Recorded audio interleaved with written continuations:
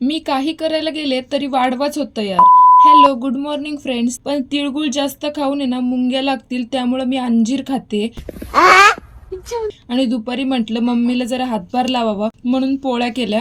आणि या साध्या सुध्या पोळ्या नाहीत बर का, संक्रांती स्पेशल गुळाच्या पोळ्या आहेत, तिळगुळाच्या. मग मस्त जेवण वगैरे केलं आणि आम्ही गेलो पतंग उडवायला. भावाने मस्त कन्नी बांधली आणि त्याला पतंगाचं खूप वेड आहे बर का. म्हणजे तो पूर्ण दिवसभर पतंग उडवतो आणि पतंग उडवण्यात एवढा बिझी होता की मी त्याला 4 वेळेस म्हणलं आपण फोटो काढू. मग तेव्हा त्याने रागारागात पतंग खाली घेतला आणि माझ्यासोबत फोटो काढला.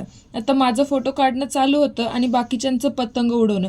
मग मला पण वाटलं की मी पण पतंग उडवायला पाहिजे. मग काय मी पतंग उडवायला ट्राय केलं. शेवटी म्हणतात ना, कावळा बसायला आणि फांदी तुटायला एकच वेळ झाली. तसंच माझं झालं बरं का. मी पतंग उडवायला 1 सेकंद पण नाही झाला आणि माझा पतंग टाकीत जाऊन अडकला. हे बघा आता या पतंगाला पतंगाने काटला आणि आमचा पतंग मी टाकीत अडकवून फाडला. हे बघा आता मी तुम्हाला आधीच सांगते, माझी काहीच चुकी नाही, यात टाकीची चुकी आहे. माझ्याकडून काय पतंग निघाला नाही तर तो म्हणे भैयू मी काढून दाखवतो. ओ भाई साहेब बघा ना, शेवटी आमच्या पोराने पतंग काढलाच. आणि या दोघांच्या नक्की काय गप्पा चालल्या असतील ना, म्हणून मी जवळ जाऊन ऐकावं म्हटलं तर त्यांच्या गप्पा काय चालल्या होत्या माहिती का. म्हणे तू या लाटण्याने पोळ्या करशील का मी करू. आता त्यांनी मला सांगायच्या पोळ्या कर, मी जाते भो.